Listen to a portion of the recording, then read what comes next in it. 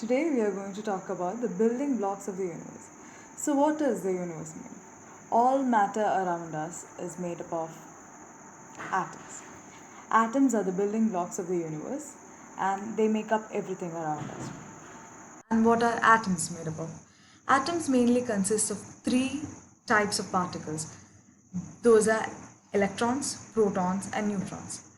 Electrons are negatively charged and they are extremely light when compared to protons and neutrons. Protons are positively charged particles and neutrons are neutral particles. Protons and neutrons come together and they form a small spherical structure that is situated right at the center of the atom. That is called the nucleus of the atom. It's often also referred to as the heart of the atom or the core.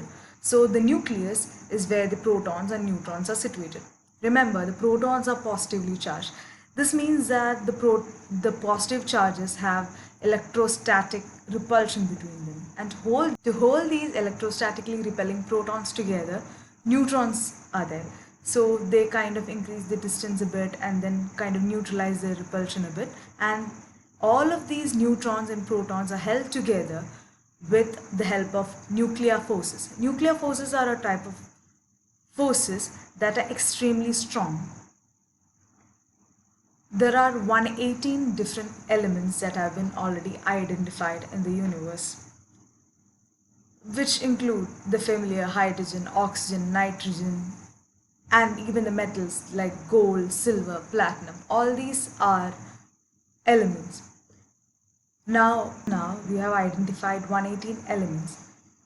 Most of them were discovered in nature and the others was actually made in laboratories using nuclear reactions like technetium and promethium and all transuranium elements.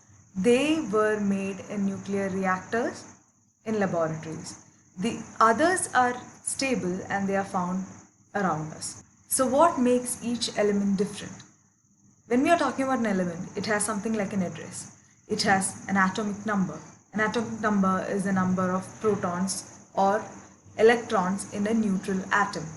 So, if it's an ion, it might be a lesser number or a higher number.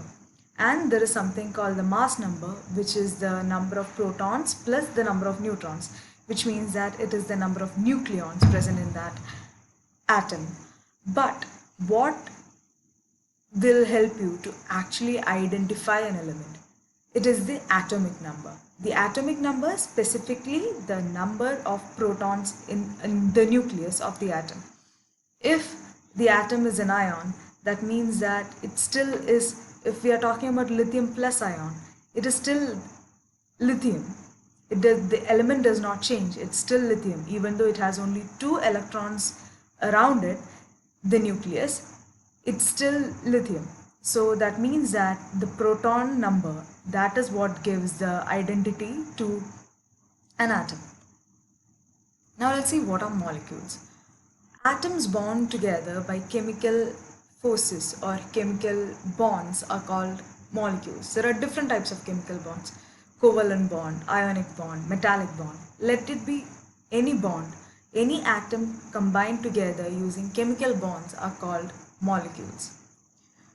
An example is hydrogen, water, carbon dioxide. All of these are molecules.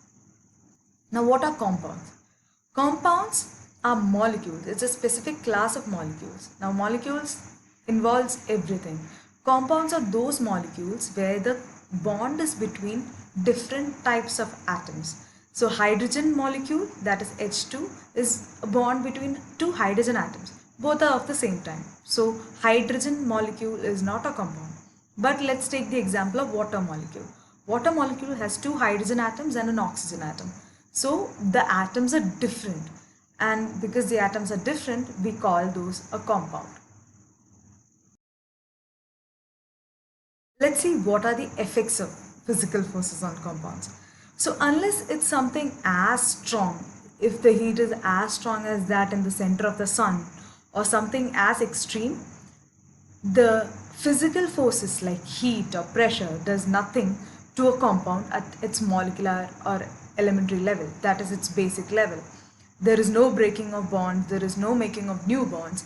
That means that it means that the physical forces does not have an impact on the compounds. So if you are giving heat to ice is made of H2O molecules, right? And if you are giving heat to ice, it will melt. It will change its phase from solid to liquid. But still it is H2O molecules. There is no breaking or making of bonds. Now, if you reduce the pressure for that, it might boil and become H2O vapors. Even then, it's water vapors. It's still H2O in its vapor state. So gaseous state, liquid state, solid state, the phases are changing, but the elementary, the molecule, the compound itself is not changing if you are applying physical forces, as long as it's not very extreme. Now, when we are talking about the chemical forces on compounds, when we add like acid or when we have chemical reactions, what happens in chemical reactions is that their bonds break and new bonds form. This means that there is a complete change in identity. The compounds lose their integrity. They change completely and form different compounds. There is no longer the same compound left. So, chemical forces actually alter the compounds, and that will result in breaking and making of bonds. I hope that was helpful for you. Have fun exploring. Thank you.